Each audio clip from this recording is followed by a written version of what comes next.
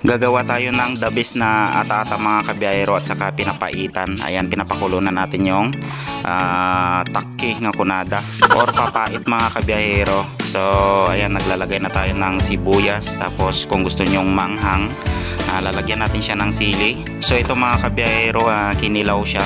Ayan, tapos ilalagay na natin yung papait ng kalabaw. So kalabaw itong ginagawa natin na pinapaitan. Pasintabi na lang po sa mga hindi kumakain ng pinapaitan, dahil may kilawin na tayo, so hindi pwedeng hindi tayo gagawa ng may sabaw. So ito na yung pinapaitan natin.